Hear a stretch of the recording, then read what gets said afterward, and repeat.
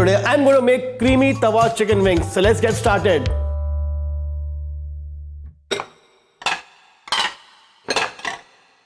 To begin the recipe, first we'll marinate the wings. For that, first I'm going to take ginger garlic paste, turmeric powder, red chili powder, crushed cumin seeds, garam masala, salt, black pepper and oil. Now mix it all together.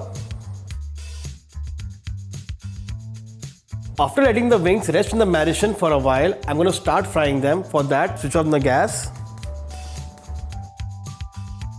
I'm going to take a wing, dust it in the corn flour,